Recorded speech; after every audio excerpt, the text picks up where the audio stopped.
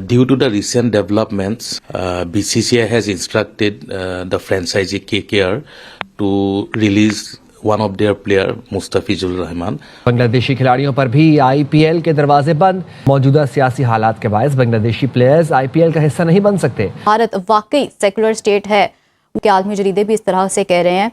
तो फिर मोदी दौर में मजहबी अक़लियतों के खिलाफ तशद्दुद के वाक़यात क्यों बढ़ते जा रहे हैं? उन्होंने क्लियरली शाहरुख खान को ये वार्निंग दे दी है कि भाई अगर आपने जो है अलाउ किया इसको मुस्तफिजुर रहमान को आईपीएल में खेलना तो हम आपको भी नहीं छोड़ेंगे और उसको भी नहीं छोड़ेंगे। 1971 में तो बांग्लादेश को बनाने में आप लोगों ने पाकिस्तान के साथ जंग की थी। अब वो बस वो मतलब पाकिस्तान दुश्मनी तो आपकी है ही है, बांग्लादेशियों के साथ भी इस हद तक चले गए हो आप लोग। पाकिस्तान प्लेयर्स बीपीएल खेलेंगे, बांग्लादेश प्रीमियर लीग खेलेंगे, बांग्लादेशी प्लेयर्स पीएसएल खेलेंगे। ये जो आप अपना डंका बजाते हैं ना पैसे के नाम पे, इजराइल फन फैलाता जा रहा है। यमन देखें, सूडान 2 हिस्सों में बंट चुका है, सोमालिया को 2 हिस्सों में बंटा है और एक हिस्से को सबसे पहले इजराइल ने, नेतन्याहू ने एक्सेप्ट किया है। पाकिस्तानी अगर पीस कीपिंग के लिए जा रहे हैं तो ये तो इसराइलियों के साथ शाना बशाना खड़े होंगे कि ये इसराइल वर्सेस पाकिस्तान नहीं होगा, यहूदी वर्सेस मुस्लिम। डोनाल्ड ट्रंप ने कहा कि हमने निशाना भी बांध लिया है और गोली भी बंदूक में चढ़ा ली है। ईरान में कार्रवाई करेंगे अगर ईरान के प्रोटेस्टर्स जो है ना वो उन पर गोली चलाई जाती है या उनका जानी नुकसान इससे ज्यादा होता है। दोस्तों नमस्कार।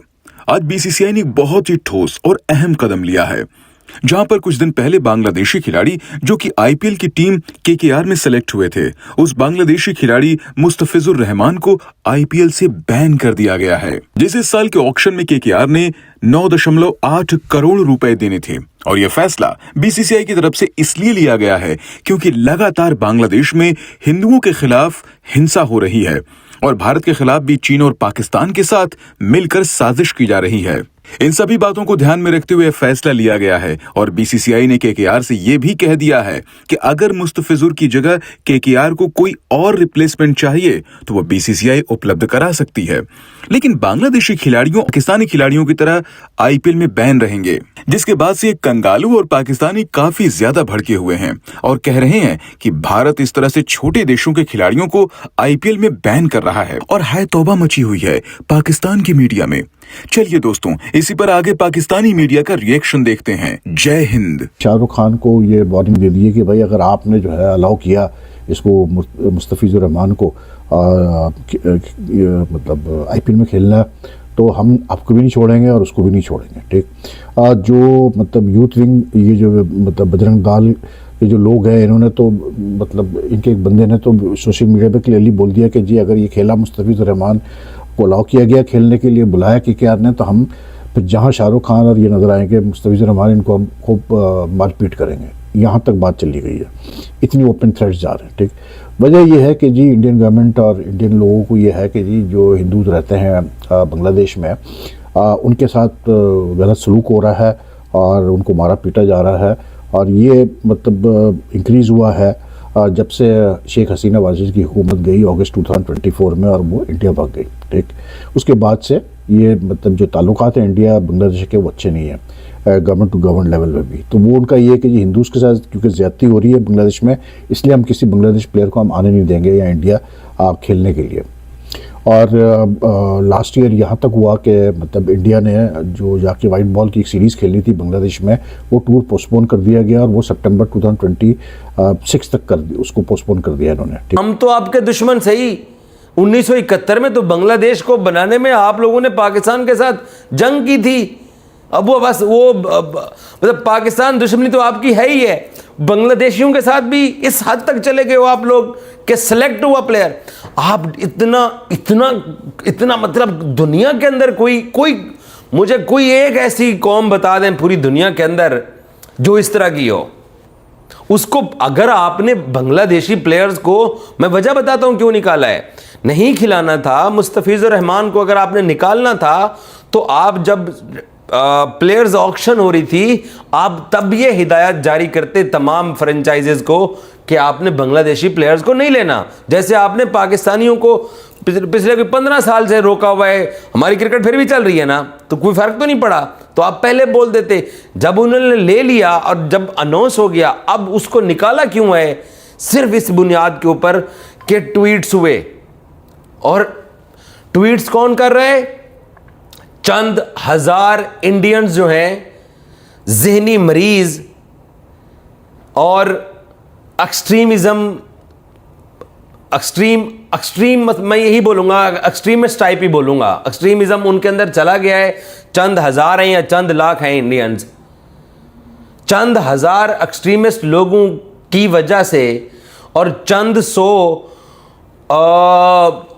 टीवी के ऊपर कोई प्रोग्राम हुए होंगे और या कोई दो चार कोई पॉलिटिशियंस ने बात की होगी कि आपने एक बांग्लादेशी प्लेयर्स को क्यों अपनी जो है वो आईपीएल के अंदर रख दिया है, और 144 करोड़ इंडियंस के ऊपर वो चंद लाख एक्सट्रीमिज्म की सोच वाले जो लोग हैं वो भारी हैं भाई। इजराइल फन फैलाता जा रहा है। यमन देखें, सूडान 2 हिस्सों में बंट चुका है, सोमालिया को 2 हिस्सों में बंटा है और एक हिस्से को सबसे पहले इजराइल ने, नेतन्याहू ने एक्सेप्ट किया है। तो ये कौन सी ग्रेटर गेम हो रही है मिडल ईस्ट के अंदर, क्या कहते हैं आप? बिस्मिल्लाहिर्रहमानिर्रहीम, बहुत बहुत शुक्रिया आपका। देखिए, जहां तक ताल्लुक है गेम का, वो तो मेरे ख्याल में आप सबको खुल के सामने आ चुकी है कि इजराइल जो है वो हर हालत में ग्रेटर इजराइल के नक्शे के अंदर रंग भरना चाहता है। नबी पाक सल्लल्लाहु अलैहि वसल्लम की हदीस मुबारका जो है वो बिल्कुल दुरुस्त है। आप देखें कि किस तरीके से बिगाड़ पैदा हो चुका है और अरब दुनिया के अंदर एक डिवाइड बड़ा वाज़ेह है।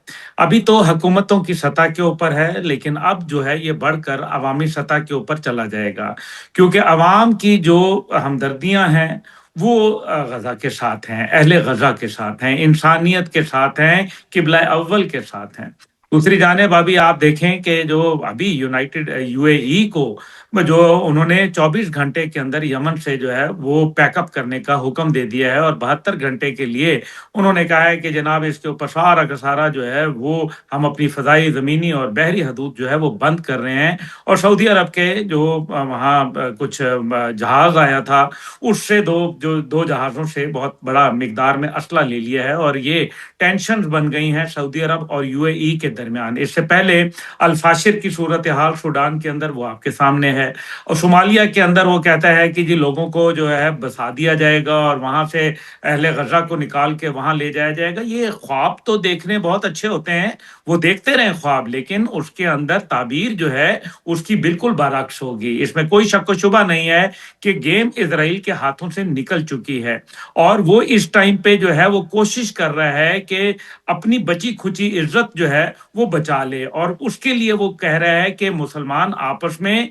एक तो लड़ें। आप देखिए कि खैर तो नहीं है ना, कतर के ऊपर, कतर जैसे पुरअमन मुल्क के ऊपर हमला होता है, पाकिस्तान और सऊदी अरब के माबैन दिफाई बुनियाद के ऊपर मुआहिदा होता है। सऊदी अरब को खतरा किससे है? क्या उसको यूएई से खतरा है? तो नहीं, ऐसी कोई बात नहीं है। क्या उसको कतर से खतरा है? बहरीन से नहीं है। इराक से खतरा है? नहीं है। ईरान के साथ भी ताल्लुकात बेहतर हो चुके हैं। तो खतरा उसको स्टेट ऑफ इजराइल से है, जो कि एक नाजायज रियासत है, और पाकिस्तान जो है वो रियासत इजराइल का जो इलाज है वो हमारे पास बड़े अच्छी और बड़ी ज्यादा मिकदार में मौजूद है इंशाल्लाह। तो इजराइल को ये बात मालूम है। अभी जो पाकिस्तान ने फिर जिस तरीके से इसहाक डार साहब ने मेरे ख्याल में बड़ा वजाहत जो है वो कर दी है कि हम जो अगर पीस कीपिंग फोर्सेज हैं तो वो किस बुनियाद के ऊपर भेजना चाहते हैं।